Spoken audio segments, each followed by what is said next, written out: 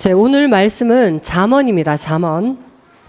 자, 잠언이 히브리어로 기록이 되어 있는데 히브리어로는 잠언을 마샬이라고 읽습니다. 마샬. 뜻은 통치의 언어, 다스리는 지혜의 말, 이런 뜻입니다. 자, 이게 어떤 뜻이냐면 만약에 내가 늘 진다. 나가면 늘 나는 안 되더라, 지더라. 지면은 사람은 굴복당하고 또 피해야 되고 또 쫓겨다닙니다. 그런데 만약에 내가 갔는데 이기더라. 내가 이길 수 있더라. 이기고 나면 도망다니는 게 아니라 다스릴 수 있어요. 다스림이 가능합니다. 자, 그런데 이기긴 이기는데 무력으로 이긴다든지 내 자존심으로 이긴다든지 이런 게 아니라 지혜로서 이긴다는 겁니다. 이게 마샬이에요. 잠언은 지혜로서 다스리고 이긴다. 잠언의 저자는 최고로 지혜로웠다라는 솔로몬 왕입니다. 솔로몬. 자, 솔로몬이 가만히 생각을 해보니까 하나님을 믿는 사람이 누릴 수 있는 최고의 복이 뭘까? 뭐가 제일 좋을까? 했을 때 뭐 부귀, 영화, 명예, 아니면 안락한 삶, 뭐 여러 가지가 있겠지만 솔로몬은 결국 그런 결론을 내립니다. 전도서에서 보면 헛되고 헛되다. 모든 것이 헛되다. 자, 그러니까 내가 한때 그것만 보면 너무 좋았던 그 설레게 했던 들떴던 것들, 또 없으면은 허무해서 내가 못 살 것 같아서 집착했던 것들, 자, 이런 것이 지혜를 딱 가지고 보니까, 참 지혜를 얻고 보니까 사람은 하나님의 말씀으로 인해서 이기고 승리하고 다스릴 수 있는 그게 최고의 복이구나. 정말 영원한 사람의 영광과 사람이 누릴 수 있는 가장 큰 복은 다스리는 지혜구나. 이걸 솔로몬 왕이 깨달았다는 겁니다. 자, 히브리어로는 마샬인데 그러면 한자어로 기록되어 있죠. 잠언. 이게 한자로 어떤 뜻이냐면 잠자는 바늘 잠자입니다. 바늘. 말씀 언자입니다. 자, 그러니까 바늘 잠, 경계 잠, 이런 뜻이에요. 마치 잠언은 바늘로 찌르듯이 정말 두루뭉실하게 하는 게 아니라 바늘로 찌르듯이 나를 일깨우고 경계하는 그런 말씀이다. 이게 잠언의 뜻입니다. 그러니까 마샬, 잠언 모두 나 자신을, 다른 사람 말고 나 자신을 예리하게 마치 핀셋으로 딱 구분시키듯이 그렇게 일깨워서 다스리는 지혜의 말씀이 바로 잠언입니다. 마샬, 잠언. 자, 그러면 이 잠언에서 뭐 지혜를 강조하고 다스림을 강조하는데 지혜로서 다스리면 뭘 할 수 있을까요? 안 다스리면 안 되나? 지혜가 없으면 어떻게 되는데요? 자, 신앙생활에 있어서 살아있는 힘이 있습니다. 지혜가 있으면 신앙에 있어서 실체하는 권능이 있다는 겁니다. 지금 한국 교회에 젊은이들이 없다고 난립니다. 벌써 오래됐죠? 다음 세대를 일깨워야 되고 다음 세대를 양육해야 된다는 얘기는 지금 벌써 15년 전부터 심각한 이야기로 대두되고 있습니다. 이번에 저희가 드림스테이 캠프를 했는데 저희는 이제 만 3년을 지낸 개척교회입니다. 이렇게 설명을 다 드렸는데 그렇게 작은 개척교회에서 어떻게 이렇게 20, 30대의 멘토, 젊은 청년들이 또 어떻게 이렇게 열정적으로 헌신적으로 서로 한마디만 하면 같이 웃고 서로 한마디 안에 일사불란하게 움직이냐, 이 비결이 뭐냐, 저에게 많이 질문을 하더라고요. 제가 다 설명할 수는 없고 그래서 한마디로 그렇게 설명을 했습니다. 서로 편안한 관계입니다. 어떻게 편안하냐 했을 때 서로 할 얘기를 다 한다는 거예요. 하고 싶은 얘기가 있는데 꿍하게 있거나 아닌 척 하는 게 아니라 할 얘기를 다 합니다. 그래서 서로 편안하고 즐거우니까 잘 모입니다. 자, 이 이야기 안에는 맞는데 전제가 있습니다. 저희는 정말 할 얘기를 서로 합니다. 너 오늘 지루해. 목사님, 성격이 너무 어때요? 뭐 할 얘기 다 합니다. 그런데 할 얘기만 하는 게 아니라 할 얘기 하는 사람은 자기도 들을 얘기 듣습니다. 일방적으로 내 얘기만 하는 게 아니라 들을 얘기도 듣고 할 얘기도 해요. 자, 근데 여기에서 이게 지금 형태만 그대로 모방해서 도입하면 큰일 납니다. 교회에서 대놓고 화를 다 내고 대놓고 솔직한 얘기를 다 하면 교회가 정말 풍비박산이 나는 교회들이 많이 있습니다. 이게 지금 어떻게 할 얘기 다 하고 들을 얘기 다 들어도 오히려 즐거워하고 서로도 결속감을 가지고 편안할 수 있을까 했을 때 다스릴 수 있기 때문이에요. 내가 한마디를 못 듣는데, 그리고 나에 대해서 누가 이래라 저래라 하는 것은 나는 절대 못 참는데, 나를 다스릴 수 없는 사람인데 서로 대어놓고 할 얘기하고 대화를 하겠다. 차라리 안 하는 게 낫습니다. 그러니까 지금 젊은 사람들이 구태연연하게 모여가지고 체면, 요식행위 그런 거에 지쳐서 그런 거 원하는 자리에는 가지 않습니다. 그런데 청년들이 작은 교회인데도 자꾸 모이고 숫자보다도 열정적으로 뭔가를 감당하는 그 가장 큰 이유 중에 다스릴 수 있는 힘이 청년들 안에 자꾸 생기더라는 겁니다. 그렇습니다. 내가 나를 못 다스리면 내 기분에 대해서 주변이 다 알아요. 기분 나쁜가 보다. 저 사람 지금 뭐 때문에 속상한가 보다. 애들은 그렇게 합니다. 여기 잠옷실에 있는 아이들은. 왜냐하면 자기를 다스릴 힘이 없기 때문에.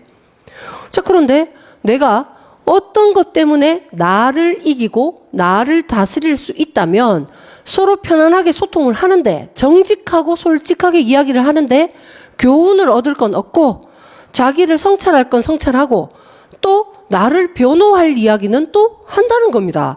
그러니까 그 안에서 정말 재미없는 것이 아니라 서로 있으면 너무 즐거운 거예요. 제가 그 이야기를 했습니다. 자, 이 얘기가 뭐냐 하면 다스림에 대한 이야기예요. 잠언은 다스리는 지혜입니다.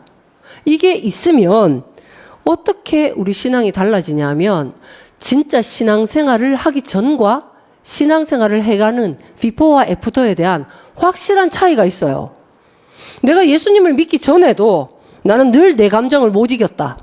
늘 나한테 졌다. 그런데 예수님 믿은 후에도, 애프터, 그 후에도 나는 늘 안 되더라. 그리고 세상에 옳다 하는 것, 세상의 가치로움 앞에 늘 지고 부러워하고 속상하고 후회하고 불안하고, 그러면 내가 믿기 전과 믿은 후는 나에게 전혀 변화의 힘이 없다는 겁니다.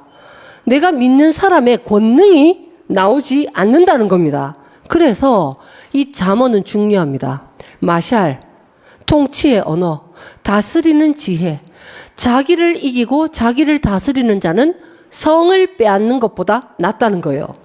내 속에 너무 많은 나의 생각, 이러고 싶은 거, 저러고 싶은 거, 이 자리에 앉아서도 그 걱정하는 거. 원래 사람이 다중인격일 수 있습니다. 여러 생각이 오가지만 중요한 것은 생각이 단순하고 멍하고 아무것도 없다, 이게 아니라 다스릴 수 있다는 거예요. 어떤 것 앞에 우선순위와 차선순위를 정하고 지금 집중해야 될 것과, 그리고 절대 안 되면 안 되는 중요한 것과 있으면 좋은 것, 그리고 그것은 나중에 해도 되는 것, 이런 거를 구분할 수 있어야 내가 다스릴 수 있어요. 자, 그래서 이 마샬, 잠언, 이것은 정말 중요합니다. 자, 오늘 짧게 잠언 6장을 볼 것인데요. 6절에 시작을 어떻게 하냐면 참 우리가 듣기 싫은 이런 말로 시작을 합니다. 게으른 자여. 이 말 뭐 누가 듣고 싶겠습니까? 그런데 게으른 자여 하면 난 듣기 싫으니까 내가 생각하는 옆집에 누가 좀 게을렀던 것 같아. 자, 누가 게으를까? 누가 게으를까요?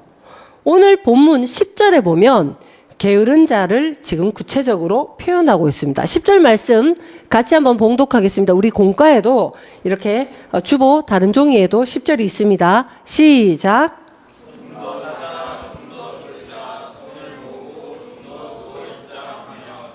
아멘.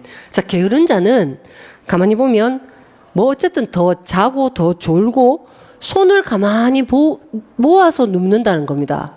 우리가 손과 발이라는 것은 뭔가 실천하고 실행할 때 표현되는 용어들이에요. 손발로. 그러니까 안 움직이겠다는 겁니다. 최대한. 자, 그래서 잠언에서 솔로몬은 이 게으름을 잠과 연관 짓고 있습니다. 그리고 게으름에서 벗어나는 그 길에 대해서 잠에서 깨어나는 것으로 표현을 하고 있습니다. 이 표현은 이 솔로몬의 마샬, 잠언뿐만 아니라 예수님도 이런 표현을 종종 하셨습니다. 예수님이 사랑하는 제자들에게 너희는 여기 깨어서 기도해라. 나 저기 갔다 오겠다. 돌아왔더니 제자들이 다 졸고 있는 거예요. 예수님 화를 내시죠. 잠시도 깨어서 기도할 수 없더냐? 깨어있지 못하냐? 그리고 열처녀 비유 기억나십니까? 10명의 처녀가 5명은 미련하고 5은 지혜롭고, 자, 여기도 보면 결국 기름이 없이 등잔만, 안에 내용이 없이 그릇만 준비한 미련한 5처녀 쫓겨나가는 거예요. 그들을 향해서 이 비유에서 예수님은 그런즉 깨어 있어라. 자, 이 얘기는 성경에 몇 번 나옵니다. 자, 그러면 자면 안 되는가 보다. 깨어 있어야 되나 보다. 그런데 사람이 어떻게 늘 깨어 있습니까? 잠도 안 자고. 이 말씀을 실천하기 위해서, 게으르지 않은 사람이 되기 위해서 늘 깨어 있다? 여러분, 불면은 병입니다. 약의 도움을 받아서라도 잠을 적당히 주무셔야 돼요. 자, 그러면 역으로 잠만 안 자면 부지런한 사람인가? 아이고, 게으른 사람 지금 혼내려는가 보다. 그럼 나는 잠을 안 잔다. 여러분, 진짜 게으른 사람들은 밤을 새워서 게으르습니다. 그러니까 잠 안 자는데도 옆에서 일하는 사람 하나도 도움도 안 되고 왔다 갔다 오히려 청소하는데 방해주면서 자기는 뭐 하냐면 누웠다가 뒹굴뒹굴 하면서 더 뭐 청소할 것들을 만들고 차라리 자주는 게 나을 수도 있습니다.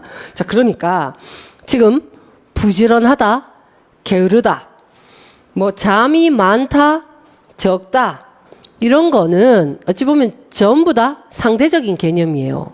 아무리 게으르다 하더라도 누구에 비해서는 부지런할 수 있습니다. 그러니까 이런 거는 중요하지 않습니다. 제가 그 개미에게서 배워라 뭐 이런 얘기를 들으면 늘 생각나는 그 이솝 우화가 있습니다. 여러분도 기억나시죠? 개미와 배짱이 이야기. 뭐 그렇죠. 개미는 늘 일하고 배짱이는 자기 하고 싶은 거 뭐 노래 부르고 뭐 이러다가 결국 드디어 심판의 때가 왔습니다.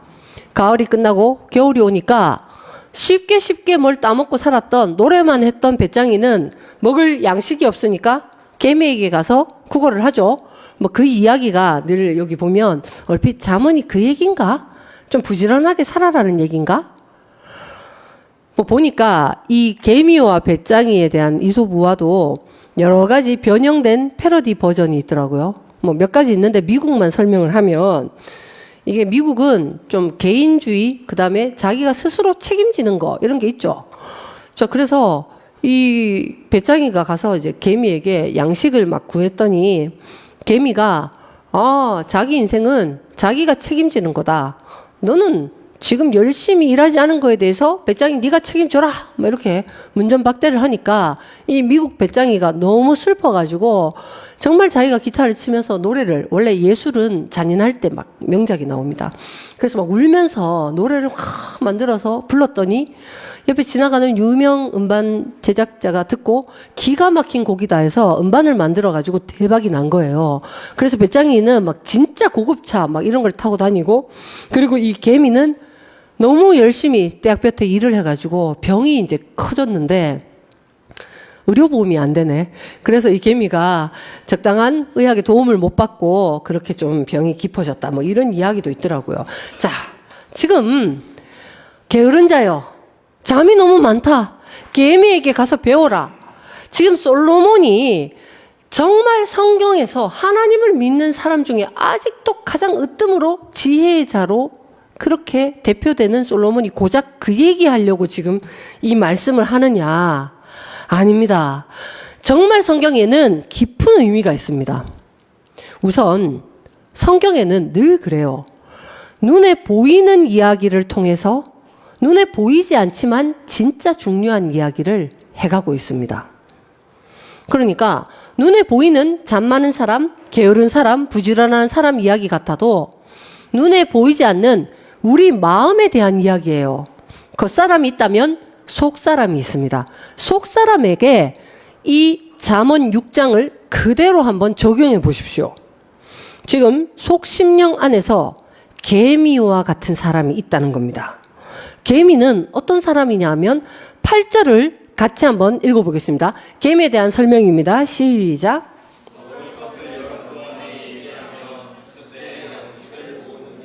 아멘. 개미는 속사람 안에서 자기를 감찰해 보세요. 먹을 것을 여름에 막 미리 준비하고 추수하는 가을에는 그 양식을 막 모은다는 겁니다. 이게 무슨 말인가? 우리는 이렇게 읽죠. 그런데 유대인들, 그러니까 이 히브리인들은 이걸 딱 읽는 즉시 이 이야기는 무엇과 연관이 되냐면 절기와 연관이 딱 되는 걸로 그들은 알아들어요. 자, 우리나라 한국 기독교에도 제일 큰 3대 교회 절기가 있죠. 뭡니까? 처음에 4월쯤에 있는 부활절, 그 다음에 가을에 있는 추수감사절, 그리고 마지막에 기쁘다 구주 오셨네 성탄절. 그러니까 한국 교회는 그 세 가지를 가장 큰 절기로 보고 이때는 특별 감사헌금도 합니다. 자, 그런데 지금 유대인들에게 전통적으로 3대 절기는 지금 뭐 부활절, 성탄절이 아닙니다. 그들은 모든 절기의 시작은 6월절입니다. 6월절. 패스오버. 그러니까 400년 애굽에서 종살이했던 이스라엘 백성이 민족의 지도자 모세와 함께 출애굽했죠. 그때 6월절 양식을 먹었죠. 다른 그 사람들은 전부 첫째가 짐승 맞아도 죽는데 양의 피를 문인방과 문설주에 바른 그 집에는 죽음의 신이 패스오버를 했다. 이게 6월절입니다. 그게 모든 절기의 기준이고 시작이에요. 6월절부터 시작됩니다. 그리고 두 번째 절기는 6월절을 기준으로 일주일이 7일이 7번 지나간다. 일주일이 7주일 지나가면 7, 7이 49, 77절이 와요. 그게 두 번째 절기입니다. 그리고 7, 7이 49 다음에 오는 50일 있죠? 오순절이에요. 이 같은 절기입니다. 77절, 그리고 오순절, 50이 됐다. 그리고 동시에 이때는 여름 과실을 미리 먼저 따요. 뭐 포도 이런 거 있죠. 자, 그래서 초실절이라고도 얘기합니다. 두 번째 절기, 이건 다 같은 절기예요. 어떤 의미를 담느냐에 따라서 77절, 때로는 오순절, 초실절, 그리고 마지막으로 이때 보리도 이때 수확을 합니다. 그러면 무슨 절일까요, 이게? 맥추절이죠. 보리 맥주자죠. 자, 그래서 요게 두 번째 절기입니다. 마지막으로 이제 가을거지를 하는 거예요. 8절에 나와 보면 추수 때도 양식을 모아서 곳간에 드리죠. 그래서 내가 뭔가 곳간에 넣는다라는 것을 표현할 때는 수장절입니다. 다 모아서 넣는 거 수장한다. 그리고 이때 내가 나무에 열매를 다 따고 나면 빈 나무 가지를 뿍뿍 분질러 가지고 광야로 나가서 이 나무 가지로 대충 집을 지어서 텐트를 쳐서 일주일 생활을 합니다. 이게 초막으로 집을 짓는다 이런 뜻이에요. 초막절. 그러니까 가만히 생각해 보면 내가 진짜 열매 맺기까지, 내 신앙이 열매 맺기까지 나 한 사람이 잘한 게 아니라 수많은 사람들이 나에게 관여해주고 서로 이야기도 하고 이야기도 듣고, 그리고 내가 속상하지만 다스리는 지혜가 있으면 참고 교훈을 얻어가고, 자, 이런 거를 예표하는 그 절기가 초막절.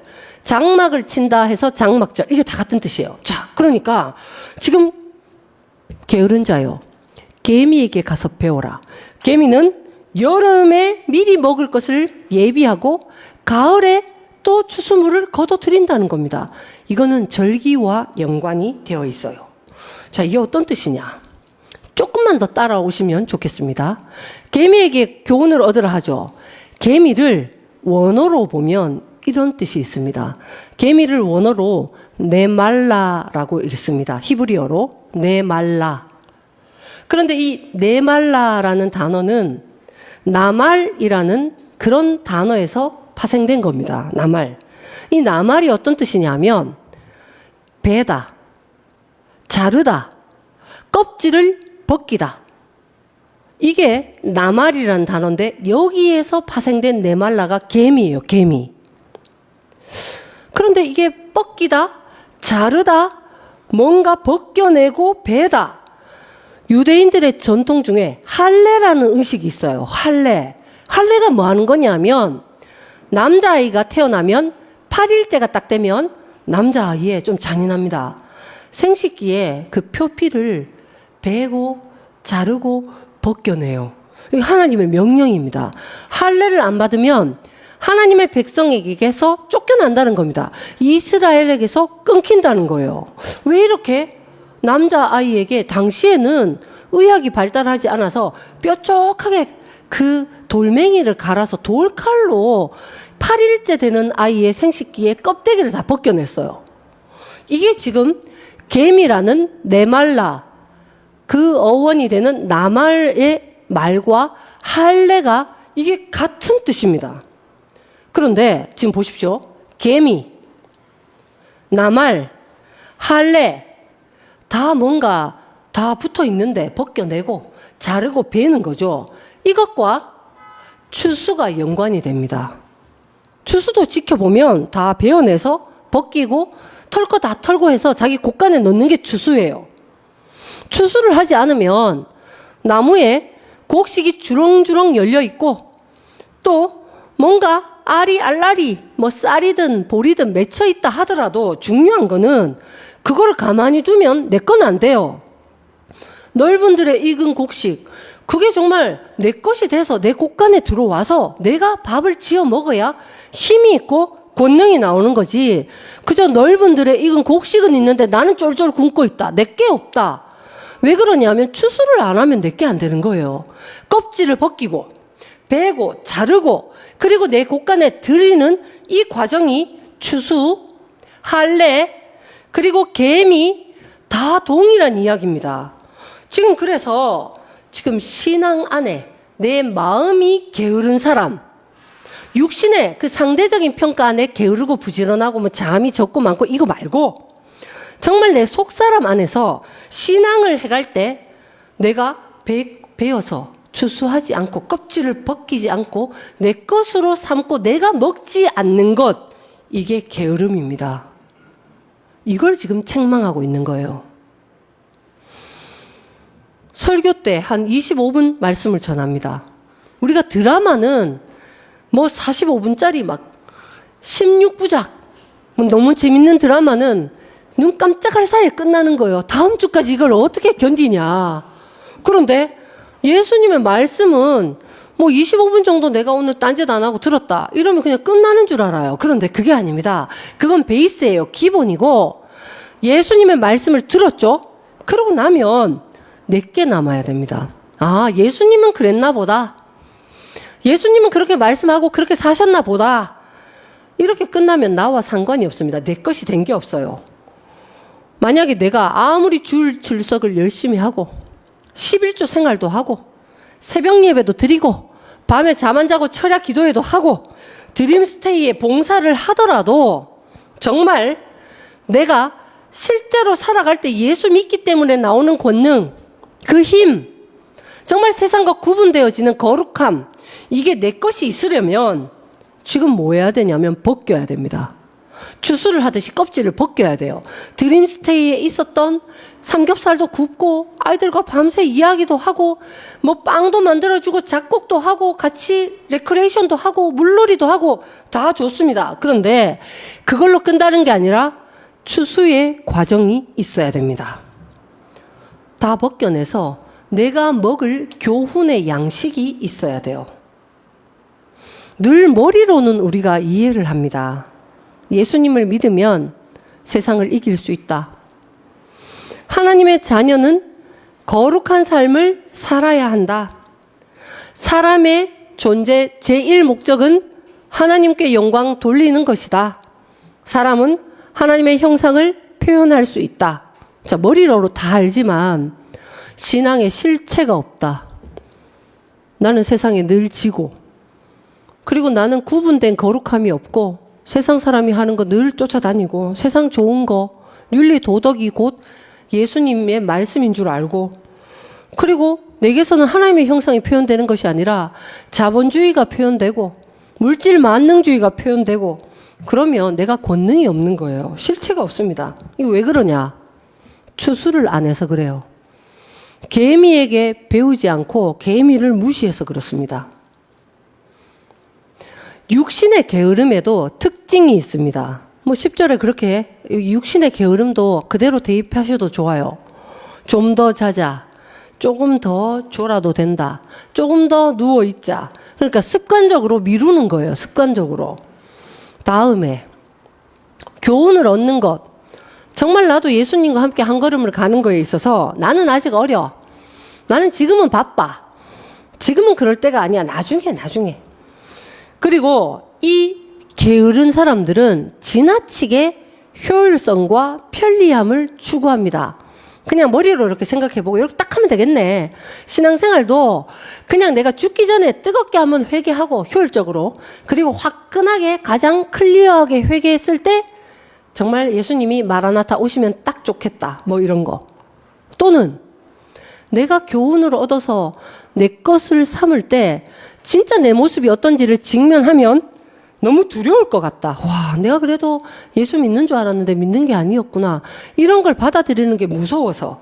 그러니까 좀 더 자자. 자꾸 미루는 이유는 실패하면 어떡하지? 도전했다가 내가 오히려 남에게 피해주면 어떡하지? 게다가 뭐 내가 안 좋은 소리, 뭐 할 소리 이런 거 친구들이 자꾸 하면 욕먹으면 어쩌나. 미루는 거예요. 신앙에 게으른 사람은 얼마나 미루냐면 잠언 19장에 이런 표현이 있습니다. 자기 손을 그릇에 넣고도 입에 올리기를 괴로워한다. 그러니까 떠다 줘도 지금 양식과 교훈으로 내것화하지 않는다는 겁니다.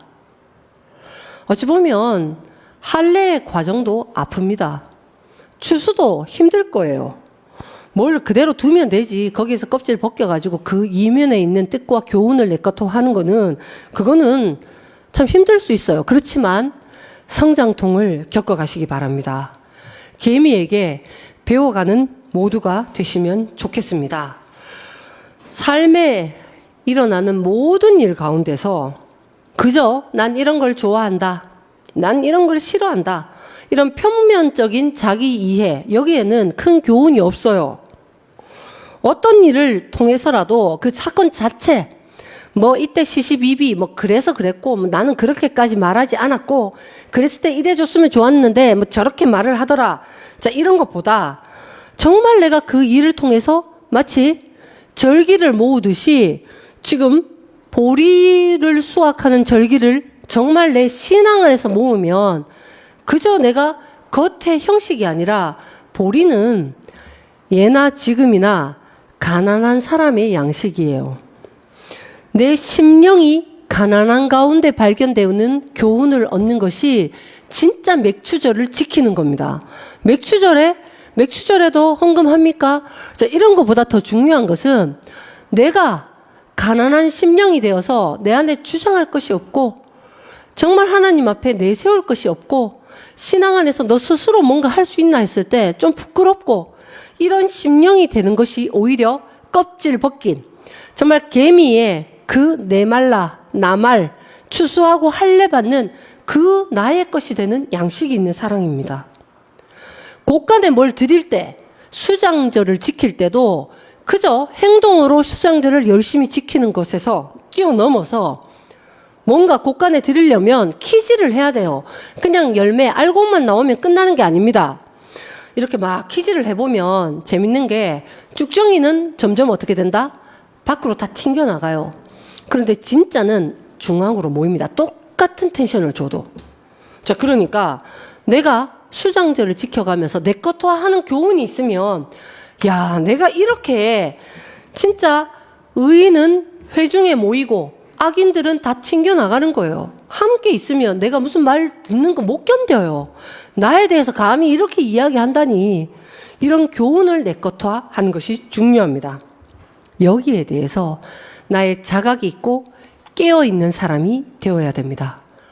어찌 보면 이 게으른 것, 부지런한 것은 단순히 삶의 태도 이야기가 아니라 신앙의 모습입니다. 언젠가 되겠지. 지금은 바쁘지만 나는 언젠가는 묵상할 거야. 그게 아니라 오늘 내가 할 수 있는 그 한 걸음을 하시면 돼요. 오늘 나만큼 일어나는 일 가운데 묵상을 통해서 진짜 하나님을 발견하고 나는 정말 어떤 것 갈등 가운데 있는데 하나님은 무엇을 옳다 여기시는지를 내가 발견해 가는 것. 그러면 계속 모을 힘이 모으는 그 사람에게 생깁니다. 1달란트 받았다고 해서 이거 잃어버리면 곤란한데 더 이상 묵상하고 내 것도 하지 않고 땅에 묻어버리면 정말로 1달란트마저 없어집니다. 이제 말씀 마치겠습니다. 이런 부지런한 할례, 껍질 벗기고 사건 그 자체가 아니라 아픔이든 즐거움이든 슬픔이든 그 안에서 정말 하나님과 나의 연관지어지는 그 양식, 이거를 눈치 줘서 될 일인가? 7절에 보면 개미는 두령도 없고 감독자도 없고 통치자도 없지만 정말 자기 주도적으로 이걸 해간다는 거예요. 자기 선택에 의해서 나는 나의 교훈, 내 것이 되는 것, 내 생명이 되는 것 앞에 구하고 찾고 두드리겠다. 이렇게 되는 사람은 복입니다. 만약에 신앙을 그러면 게으르게 하면 어떻게 되나?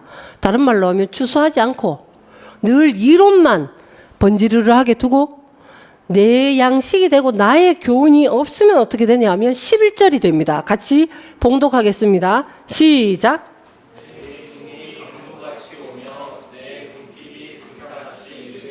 강도는 모르는 사이에 와요.